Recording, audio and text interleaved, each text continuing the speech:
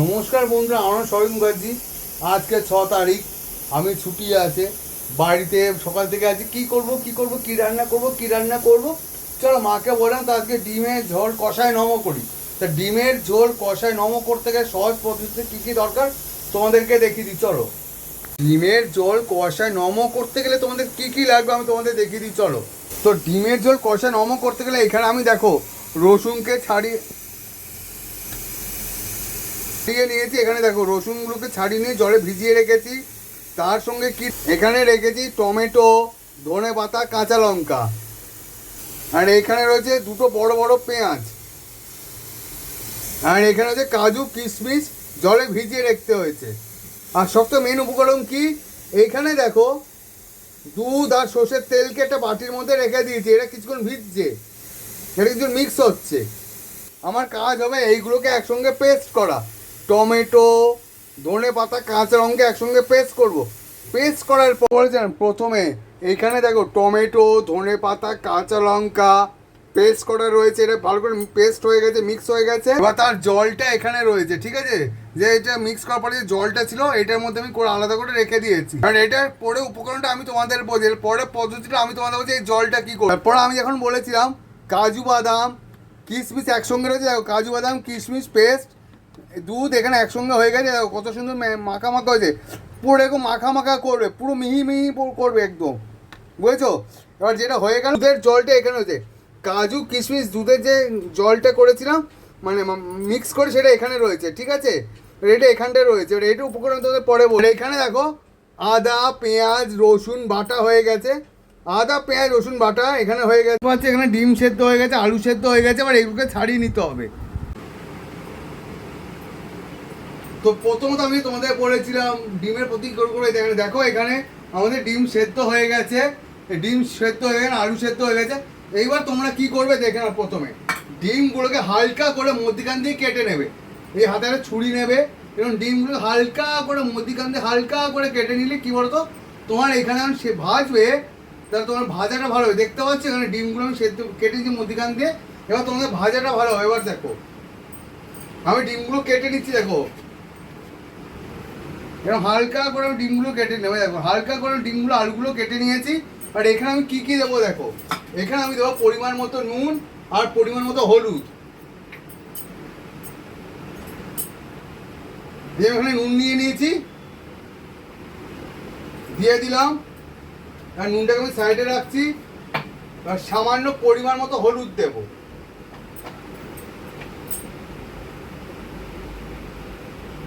এই সামান্য পরিমাণ মতো হলুদ দেবো, বা একটু কমিয়েও দিতে পারো তুমি চাইলে। এতটাও চাইলে এতটাও হলুদ দিতে পারো, তাহলে কি হয় তোমাদের স্বাদটা ভালো পাবে।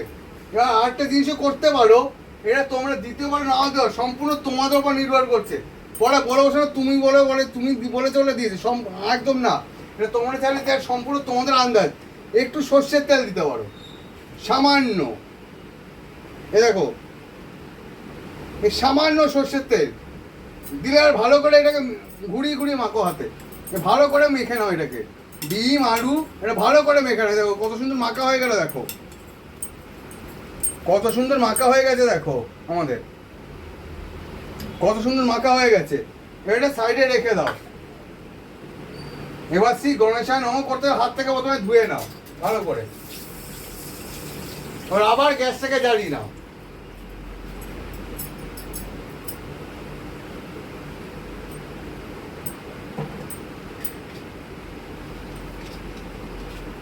এইবার তোমাদের আসল খেলা শুরু।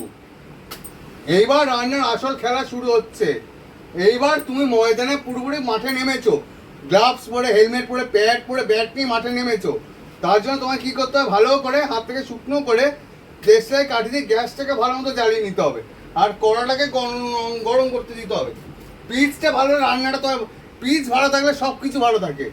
এই যেমন এখানে কড়া গরম হচ্ছে, আস্তে আস্তে কড়া গরম হোক, তারপর আমি তোমাদের পদ্ধতিটা দেখাচ্ছি। তো আমাদের তেল গরম হয়েছে, দেখো আমি এখানে এবার সর্ষের তেল পুরো দিয়ে দিচ্ছি। একটু বেশি করে সর্ষের তেলটা তোমায় দিতে হবে। এবার সর্ষের তেলটা দেখিয়ে দাও কত পরিমাণ মতো হবে। দেখে এই সামান্য এরকম পরিমাণ মতো তোমাদের সর্ষের তেল হবে। একটু দূরে সরে আগুনের থেকে। এইবার তোমাদের প্রথম কাজ হবে, এইখানে যেটা দিয়েছিলে আদা পেঁয়াজ রসুন বাটা এখানে দিয়ে দিতে হবে। তার জন্য তোমার চামচ ইউজ করতে হবে ভালো করে। আর তার আগে তুমি কাজও করতে পারো, এই গোটা গরম মশলা দেখছো, গোটা গরম মশলাটাকে ভেজে নিতে পারো।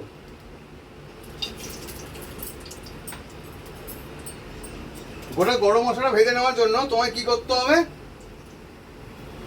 এখানে তেলে ছেড়ে দিয়ে এখানে দেখো এলাচ লবঙ্গ দারচিনি রয়েছে, কড়া করে একটু ভেজে নিলে লাল লাল হয়ে গেল।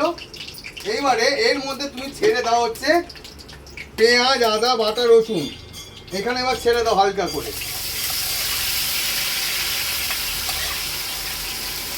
মা দূরে সরে যাও আগুনের থেকে, মা দূরে আগুনের থেকে দূরে সরে যাও মা।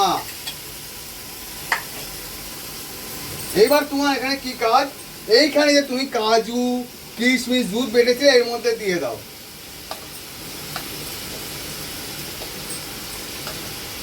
দিয়ে দেওয়ার পরে এইখানে তোমার আছে দেখো কাঁচা লঙ্কা ধনে পাতা টমেটো বাটা পেস্ট, এবার এখানটায় দিয়ে দাও। এবার এখানে তোমার কি দিতে হবে, একটু চিনি দিতে হবে, সামান্য পরিমাণ চিনি দিতে হবে যাতে এটা পুরো লাল লাল হয়, পুরো লাল লাল হয়, পুরো মাখা মাখা। তারপরে এক চামচ বড় চামচ মতো চিনি দিয়ে দিলে। এবার এটাকে লাল লাল ভাজা ভাজা হতে দাও।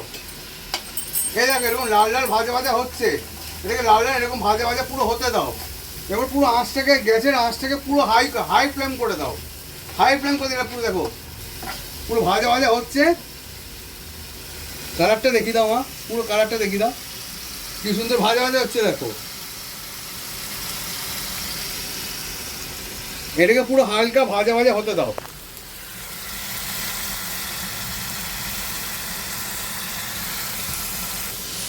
তো দেখতেই পাচ্ছ পুরো এরকম মাখা মাখা, আরো মাখা মাখা হয়েছে, মাখা মাখা হচ্ছে, আরো মাখা মাখা হবে, এরকম আরো মাখা মাখা হবে। দেখতে পাচ্ছ কি সুন্দর লাল লাল কালার আসছে, আরো কালার আসবে বন্ধুরা, আরো কালার আসবে তোমাদের, এরকম আরো কালার আসবে।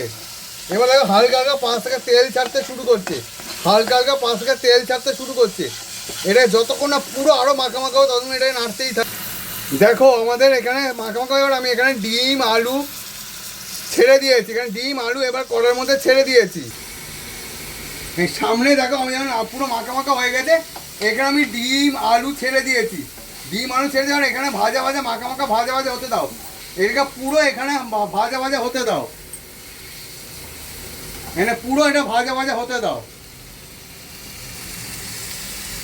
এটাকে পুরো ভাজা ভাজা হতে দাও, পুরো ভাজা ভাজা। তারপর তোমাকে আমি নেক্সট প্রসেস দেখাচ্ছি। এই যে ভাজা ভাজা হচ্ছে, ভাজা ভাজা পুরোপুরি হয়ে গেছে আমাদের এখানে। এবার নেক্সট প্রসেস আমি তোমাদেরকে দেখা, পুরো গরম মশলাটা এর মধ্যে দিয়ে দিয়েছি, পুরো গরম মশলা এর মধ্যে দিয়ে ভালো করে এটাকে নাড়িয়ে নেবো। হ্যাঁ, ভালো করে এটাকে মিক্স করে নেবো, এই গরম মশলা ভালো করে মিক্স করে নেবো। আর আমাদের এখানে দেখো ডিমের ঝোলের কষা, ডিমের ঝোল রয়েছে কষা, সরি ওই যে ডিমের কষা একটা মশলা রয়েছে। এবার এটা এর মধ্যে দিয়ে দেখো মাখা মাখা হচ্ছে, দেখো মাখা মাখা হচ্ছে, দেখতে পাচ্ছ বন্ধুরা। আমি এখানে ঝোলটা দিয়ে দিয়েছি, জল দিয়ে দিয়েছি, এবার এখানে একটা ফোটানো হচ্ছে। এবার দেখো এইখানের মধ্যে আমি রেখেছিলাম, এইখানের মধ্যে আমি রেখেছিলাম টমেটো ধনে পাতা কাঁচা লঙ্কা বাটা, সেটা হালকা করে ওপর দিয়ে ছড়িয়ে পুরোটা দিয়ে দিলাম। এবার এটাকে ফুটতে দেবো। এটা ফুটতে দেওয়ার জন্য আমাকে কী করতে হবে, এটা ফুটুক, অর্থাৎ এই জলের মধ্যে এটা ফুটছে, ফুটুক, পুরো হাই আনছে, এটা ফুটছে ফুটুক, এটা ফোটা হয়ে যাক, তারপর আমি তোমার পদ্ধতি দেখাচ্ছি। বা তুমি এটা কাজ করতে ফুটতে ফুটতে এখানে দেখো এখানে দুধ আর সর্ষের তেল একসঙ্গে মিক্স ছিল, এটা হালকা করে ওপর থেকে ছড়িয়ে দাও। ছড়িয়ে দিলে এবার এটা আবার একটু আঁচটা বাড়িয়ে রেখে দিয়েছো, আঁচটা বাড়িয়ে রেখে দাও।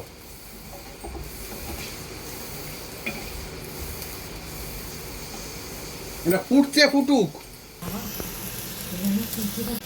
তো দেখতেই পাচ্ছি এখানে রান্নার আমাদের হয়ে এসেছে। এ দেখো মাখা মাখা হচ্ছে, দেখো মাখা মাখা হচ্ছে, দেখতে পাচ্ছ বন্ধুরা। আমি এখানে ঝোলটা দিয়ে দিয়েছি, জল দিয়ে দিয়েছি, এবার এখানে একটা ফোটানো হচ্ছে।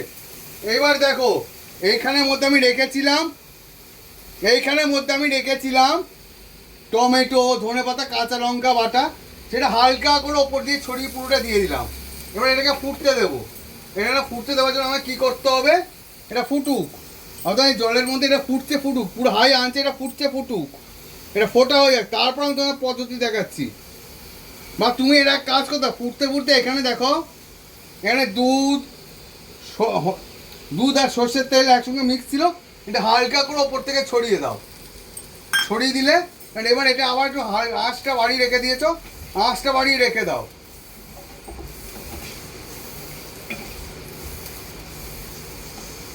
এটা ফুটছে, ফুটুক।